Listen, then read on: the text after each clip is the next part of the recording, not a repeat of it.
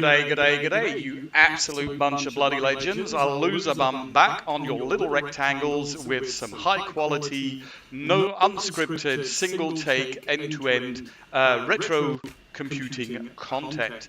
You'll see the channel just a little bit different than before, and that's because we are now, this is basically a test of the streaming setup. I'm actually streaming this live, but it's basically to record it to the cloud. If you're watching this directly live streaming, well on you. That wasn't planned. I didn't announce you. Not sure why you're watching random streams in the middle of the afternoon on a Thursday, but hey ho.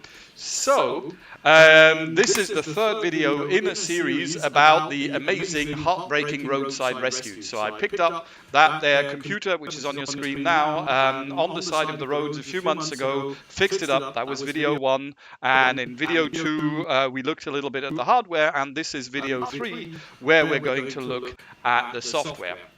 So without further ado, and that's why things look different, because since I'm streaming, you know, the ultimate goal is to now go from here and stream directly from this 25, 30-year-old hardware, retro gaming, in streaming, in competition with all of the modern stuff. So that's why I've switched from recording to streaming software. This is Open Broadcast Studio, OBS, which I'm currently trying to split via Restream, so it's streaming on YouTube and Twitch at the same time. Not sure if it's working.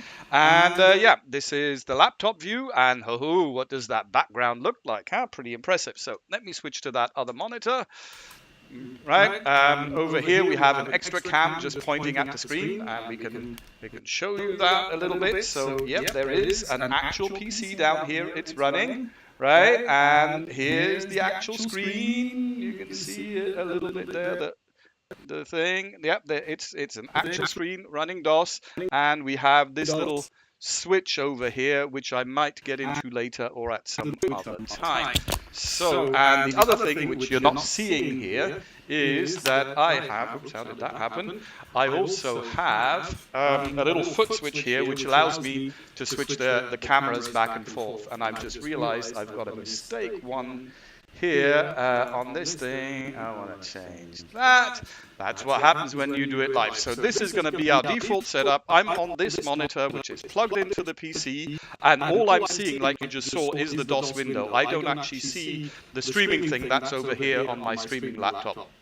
Right, and it goes from the PC, it goes onto this screen. I've got a splitter which peels off a copy of the video signal, goes into an upscaler, into a USB, which is being captured here by the software. And I have my little foot switch here, which allows me to switch from the various cameras, which is kind of neat. I like that. All right, let's go through a boot cycle. So yeah, software of a 25-year-old piece of hardware. This is the actual content. This is why you're here. And the boot, there we go. He's counting up the memory. You see from the date of the BIOS that the mainboard is 98. It's telling me it's a Pentium MMX at 200 megahertz with 64 megs of RAM, which is a lot of RAM. It's not a lot of Pentium. And every time it switches video mode, you'll go there. So now what you're seeing is FreeDOS booting up. This is FreeDOS asking me what kind of RAM I would like. Yeah, we're just going to choose the default. It's installing a mouse here. It's searching for a for a DVD CD driver. Now it's installing the packet driver, and this last thing here is for the sound card. And here we are, CLS C : greater than. That is when I first touched any DOS-based technology, which in my case is all the way back to a genuine IBM PC 8086 processor, or 8088. Those were the date, 8-bit. Here we're at, this is 16-bit, I guess? Whatever. So, but this is what it happened. And what we're looking at here is FreeDOS, which is an open source, completely free clone of MS-DOS, and I'm very impressed. It works very well. It has a few neat features, like it remembers your input. So with the upper arrow, you can go to previous commands. It's got an editor, built-in edit, like when I started MS-DOS, didn't have that. So you have this very rich editor with very intuitive commands right there.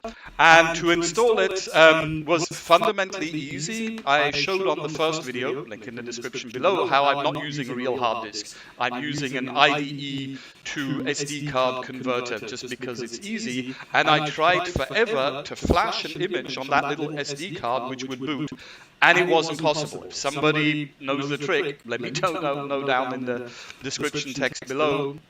Yeah, so in the end, I actually had to get an older PC, but which was not as old as this one, which had still a CD burner in it. Some people will know what that is. Put FreeDOS image over there via USB stick, or yeah, it was via USB stick. Burn the image. Then I had to take the CD drive out because I only had one working one. Mount it in this computer. Boot FreeDOS from the CD-ROM because this computer doesn't have USB, and then it booted instantly and said, "Hey, you want to install it to your hard disk?" It's not a hard disk, it's an SD card, and then it installed all of this stuff. So let's look at FreeDOS here. FreeDOS comes with a bunch of software already pre-installed, which is kind of neat. And yeah, let's dig into it. So there at the bottom, we have some files, which are a bit unusual if you know DOS, but it's just because it's FreeDOS. So the first one we're going to look at is FD Auto, FreeDOS Auto. So this, in the olden days, in the real olden days, would have been called the autoexec.bat file. It's a batch file which gets run every time the operating system starts. So you put commands in there to load drivers and whatever. There's also an fdconfig.sys. That's not a script file, that's just a configuration file. We might look into that, but that one was back cryptic 25 years ago. It's still cryptic now. But the FD Auto points us at some very interesting things. So this came with, as I installed FreeDOS, it installed this, and I already edited just a little bit. So a path command, if you know from Linux, is basically a list of subfolders, subdirectories, where the computer will look for files, to execute files. So what I did here, I added the bat file because I have created a few batch files to make navigation easier, and by adding this to the path, it means that I can type those batch file commands anywhere and they will execute.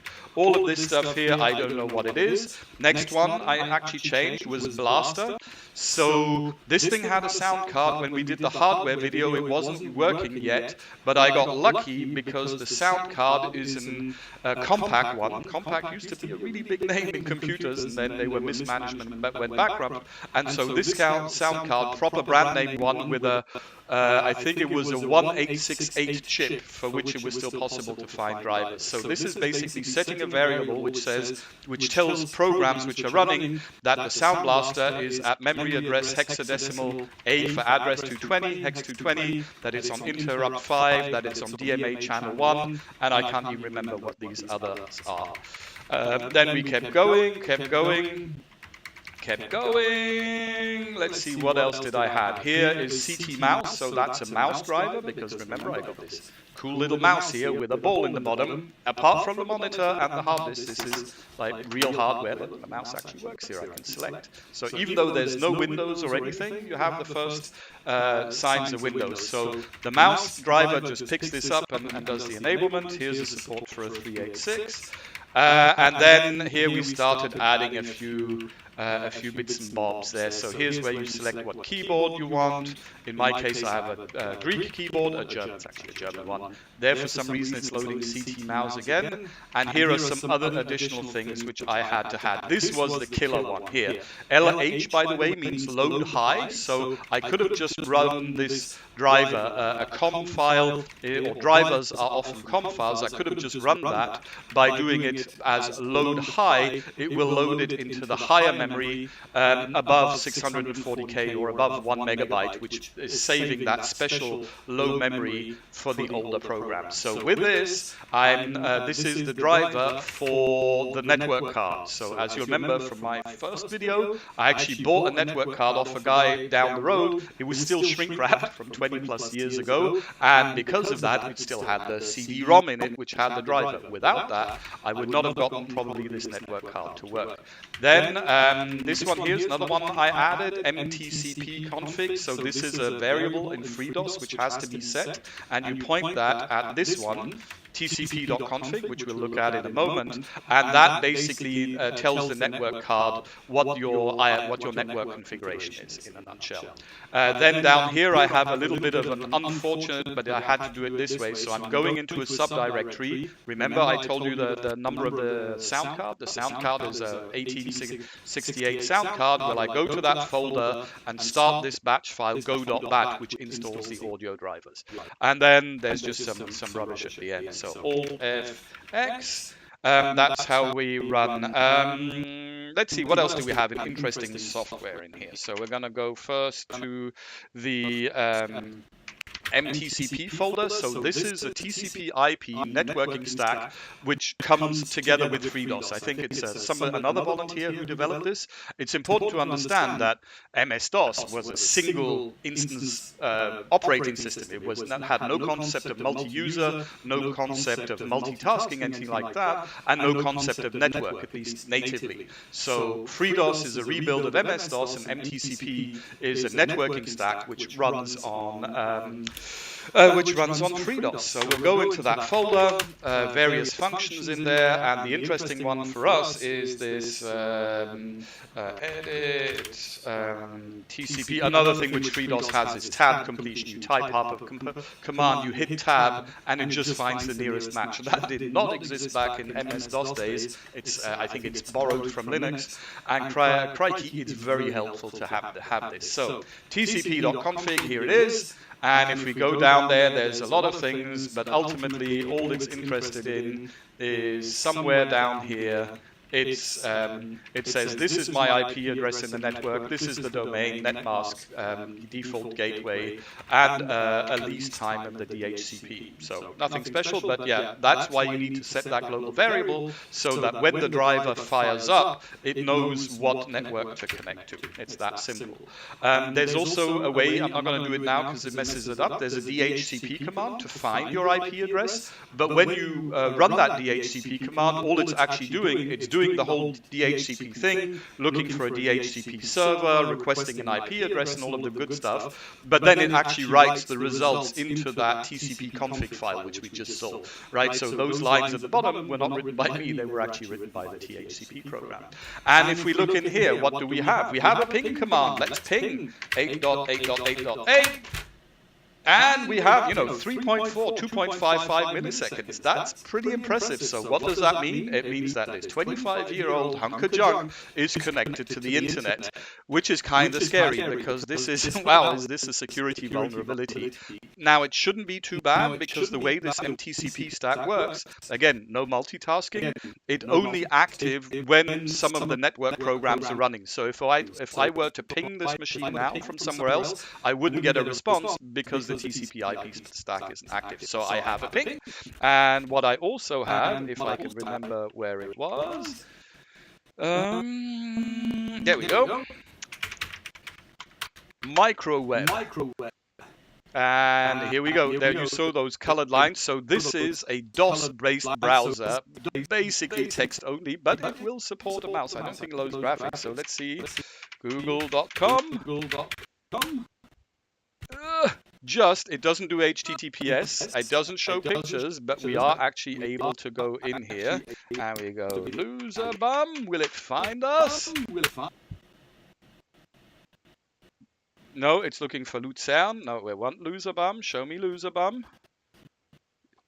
So yeah, it's got the shop, it's got my spread shop, it's got the YouTube channel. Now I'm going to try to go to the YouTube channel, and then it says HTTPS unsupported because like the encryption which goes with HTTPS, which just blow the mind of this computer, can't do it.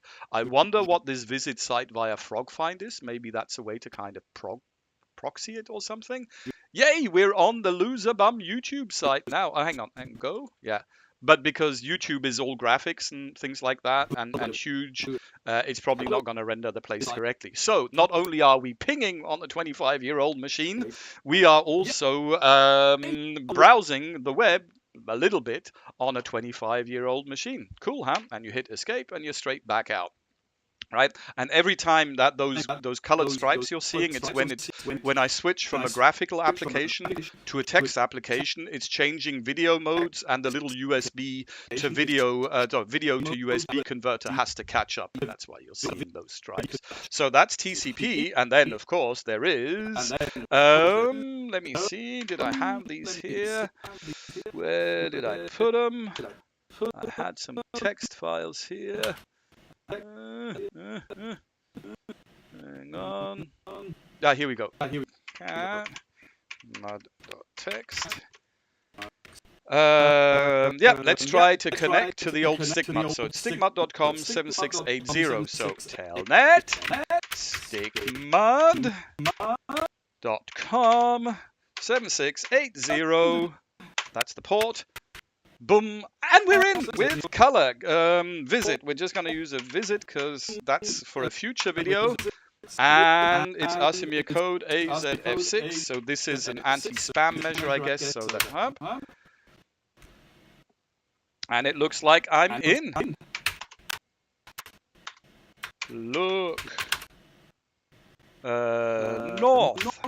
Yay! It's working! How cool is that? I am mudding, and this is what muds looked like when we started, right? That's how it looked. Yeah, so I have some challenges here. The Telnet client is very rudimentary. You see it's got some weird displays and things like that, and when I type something, it doesn't actually echo to what I'm typing, which is a little bit annoying.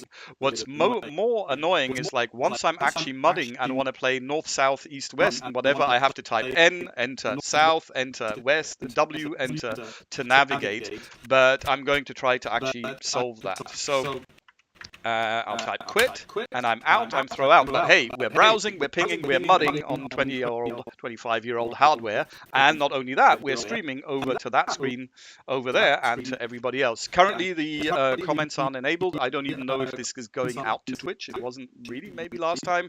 We'll find a way for you to comment back once we get into real streaming because this is a recording. There's one thing I have up here now. I think it's here. I think I kept it in root on purpose, which is that the one? Nope, that's not the one. I'm gonna have to find it. I can't remember where I put it. Maybe I put it in TCP. So I'll explain what I'll do, and next time when we're streaming the mud, I'll explain what is I'll show how it's actually happening. But I found this little program, which is a so-called TSR, Terminate and Stay Resident. That was the great-great-grandfather of multitasking under DOS, which basically allows you to remap your keyboard, right? So it sits in memory, it takes up a little bit of memory, and anytime you press a key, it looks, is this a key which I'm supposed to be remapping?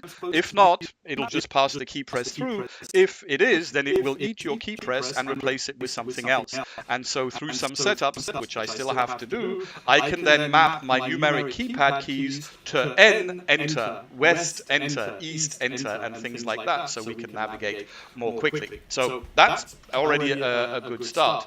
The next one, which we're going to do, because we are totally retro, is to help with mudding. Just mudding purely with Telnet, even with that little keyboard thing, is going to be brutal. That's just not going to be fun. So what I has done, and I need to check because I can't remember the address. This might not work. Apologies in advance. Yep, there we are. So I've got a Raspberry Pi down here, right? Later on I can show you on the camera on another thing. And I'm just going to log into that. Oh, no, wrong password. Hi. Yep, now I'm in, and what I have here is, let me see, do I have,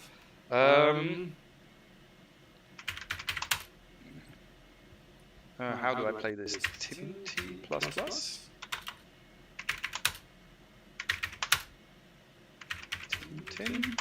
There we go. On this Raspberry Pi, I've managed to install Tintin. Tintin is a really old school mud client. right? And what that means is that it has a scripting language built in, it has triggers, it has all the stuff which you need to mud. So that's what we're doing. We're going from our crummy DOS Telnet client to a Linux box, Raspberry Pi in this case. There we're running Tintin, and that's where our scripts will be. And so that's what we're going to be doing. This is really valid, I believe, because back then that's what would happen, is that you had internet at home with dial-up, which we may or may not get into one day, and then from the dial-up you could go straight to the mud, but you had the problem that there were very limited DOS mudding clients, or you knew somebody who had an account on at a university, usually at a college, or you had your own account. You could then via telnet into that Unix box, and on that Unix box you'd have Tintin, and from Tintin you'd get to the mud. So we really are reproducing, with the exception of the analog modem, the entire chain all the way to the mud. Now, let's see, hash session. Oh no, hang on. Did I have a? No, I didn't have one for stickmud, I guess. Session stickmud.com 7680. And we're in. Visit. We're in stickmud, and you can already see how it's the Tintin is tidying up some of the characters just a little bit, and it's showing me what I'm typing, right? That's why I need the Tintin. Why does he do that? Let's try that again. P2A7. There we go, and we're in. Look, see, it's already looking better than when we're telnetting directly. This is why we have Tintin. So Tintin is cool. And it's asking very things. So look at Tim. Will it do that for us? Tim looks to be busy. I think that's Tim from the Monty Python. We'll get, now that we're doing this and doing the live thing, one day we will do live streaming of mudding for sure, and I will announce it on the mud Discord, probably on the stickmud Discord, and then people can help and people can criticize and insult me and all of that good stuff. Let's get out of here. And is that how I get here? And we're out of, so the quit was getting out of the mud, the hash end was getting out of Tintin, exit is getting out of the Raspberry Pi, which closed the connection, which closed the telnet. Last but not least, why are you here? Why are we streaming? Why aren't we on Twitch? Because of games, right? So the FreeDOS comes with a bunch of games already pre-installed. Here are some of them: Solitaire and Boom, and things like that. So Solitaire is a Solitaire clone, Boom is a Doom clone, which we'll get into. Actually, maybe we'll try the Doom. Does the Boom work? Let's see the Boom. Hello, Boomer. Let's see the...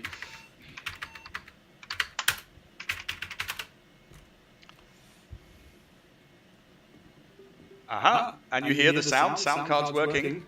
That's actually another reason I have this monitor over here, this guy on the right-hand side here. Hang on, I'll switch to him, right? So, because he's like showing you that, yep, this is really running on the screen. That's the screen that I see. And I'm hoping that the microphone from this little webcam is picking up the audio from my speakers here, because I wasn't able to get that audio directly into the laptop. Not sure why. So, new game. First episode, please don't kill me.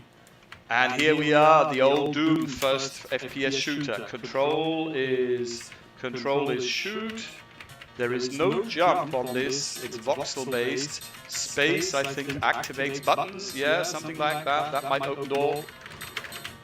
And it has the music. Ad-lib, 8-bit, with very few things. We'll talk about the music at the moment. Here we are in Doom. How do we strafe? Z and X. Yes, we strafe in Z and X.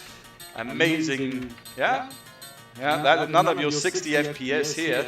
This is what started it all. This is the great granddaddy. I remember when this came out, it blew our minds. There's absolutely no other way of saying it. And this is a clone. I'm going to see if I can find the original one. So anyway, we have Doom. We have Muds. Right? We have everything. Thanks for playing. We have, and what else do we have? And this is going to be the, so I'm going to bring it to a close because that was the introduction to the software. Next time we will actually properly be streaming, and that means long form streaming. You notice from the speed I'm talking, this is the old school loser bum videos where I'm still talking very fast because I want to get it down to 10-15 minute YouTube videos. Up as of now, most of the stuff on the channel is going to be streaming, which means long form, 30 minutes, 60 minutes. And, you know, then I can talk longer, and it's a great excuse because it's like, honey, I'm not playing computer games, I'm creating internet content, right? So that's what we're doing, but just a little sneak preview of things which we also have on this machine. So, Carmen is Where in the World is Carmen San Diego? Civ is Civilization 1, TBS, turn-based strategy. That's going to be more than a 30 or a 60-minute video. That's going to be a long video. Incremac is The Incredible Machines. Lemmings, I think I'm going to pick Lemmings for my first real gaming stream. Oregon Trail. Populous and Populous 2 are real-time strategy games. Prince of Persia, Rogue, like the original Rogue, Netlight.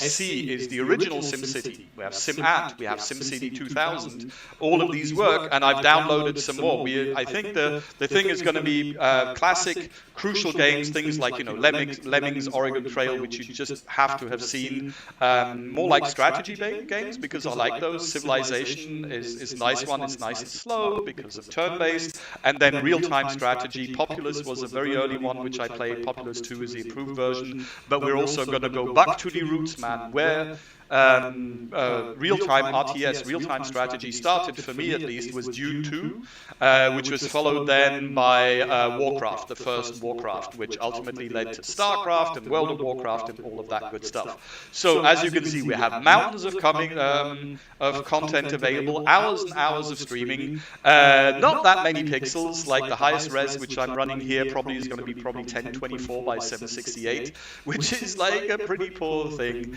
but that's the situation. And with that, let's go just to have a quick look, Lem, to show you that it's really here, and I actually have to tell the thing that it's a VGA card and what it's for. Whoa, that was bad. That's wrong. Right, so this is Lemming, but it's not supposed to look like this.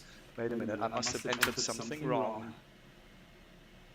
Yeah, oh, it's because I picked one. That was CGA. Ooh, frightening. Ooh, that's an interesting experiment. That we go to VGA. I selected option 1 instead of option 4, so let's select VGA. Yeah. There we go. That's what Lemming's supposed to look like. Who remembers the Lemmings? And it's got the sound as well, I believe. And if not, we're going to make it work. So, with that, and there's no way to get out. Oh, no, there is a way to get out of this game. So, escape, escape, escape. We're back in DOS. With that, I'm going to switch over to the other view. Hello! Now I'm on the streaming laptop. Now I'm on the stream laptop with the correct camera.